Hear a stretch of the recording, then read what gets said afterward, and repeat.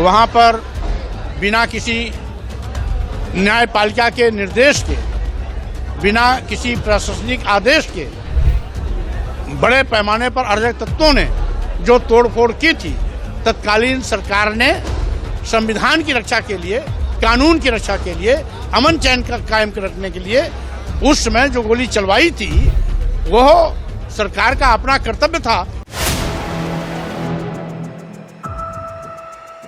लोकसभा चुनाव बहुत करीब है। राम मंदिर उद्घाटन और लोकसभा चुनाव को लेकर तैयारियां भी तेज हो गई हैं। राम मंदिर उद्घाटन तो 22 जनवरी को होना है, लेकिन लोकसभा चुनाव कब होगा ये अभी तय नहीं।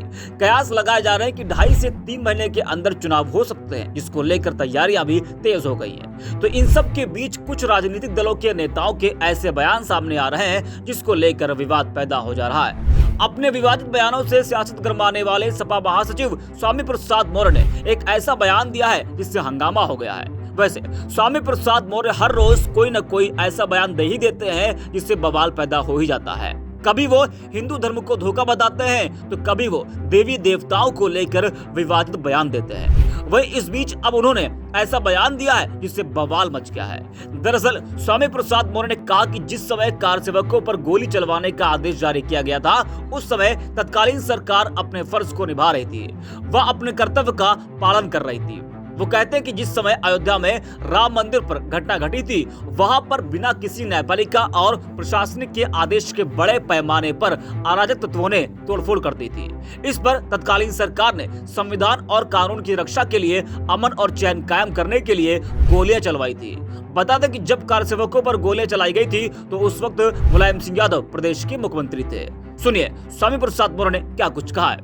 हमारे बहुत अच्छे साथी रहे हैं और जिसमें अयोध्या में राम मंदिर पर घटना घटी थी, वहाँ पर बिना किसी न्यायपालिका के निर्देश के, बिना किसी प्रशासनिक आदेश के बड़े पैमाने पर अराजक तत्वों ने जो तोड़फोड़ की थी, तत्कालीन सरकार ने संविधान की रक्षा के लिए, कानून की रक्षा के लिए, अमन चैन का कायम रखने के लिए उस समय जो गोली चलवाई थी वह सरकार का अपना कर्तव्य था। सरकार ने अपना कर्तव्य निभाया था।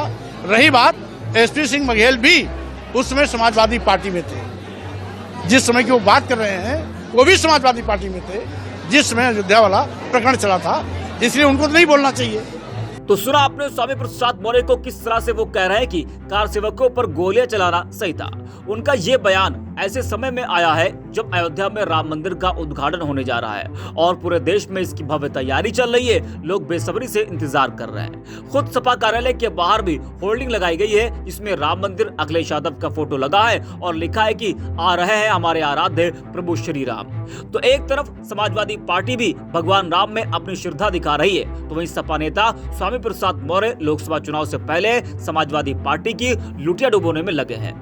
स्वामी के इन बयानों से कहीं न कहीं सपा को एक बड़ा नुकसान हो सकता है। खुद सपा अध्यक्ष अखिलेश यादव ने भी कहा था कि पार्टी के नेताओं को ऐसे बयानों से बचना चाहिए।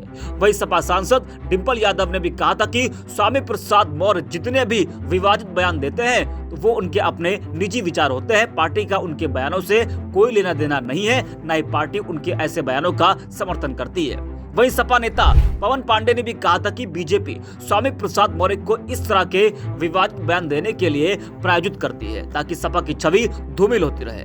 उनकी बेटी सोशल मीडिया पर सभी देवी देवताओं की तस्वीरें लगाती है और पिताजी 24 घंटे देवी देवताओं और हिंदू धर्म का विरोध करते हैं। यह जो पिता बेटी की केमिस्ट्री है, इसे समझना मुश्किल है। तो स्वामी प्रसाद मौर्य के बयानों से पार्टी में भी नाराजगी देखने को मिल रही है। बता दें कि स्वामी प्रसाद मौर्य के ऐसे बयान विवाद का केंद्र बन रहे हैं। सपा मुखिया परिवार और उनके ज्यादातर समर्थक धार्मिक रुझान वाले रहे, वह इन बयानों से अपने को असहज महसूस कर रहे हैं। इसी कारण अगर स्वामी प्रसाद मौर्य से सपा दूरी बना ले तो कोई आश्चर्य नहीं होगा, क्योंकि पार्टी अपने खिलाफ भाजपा को धार्मिक विरोधी हथियार देने के मूड में नहीं है।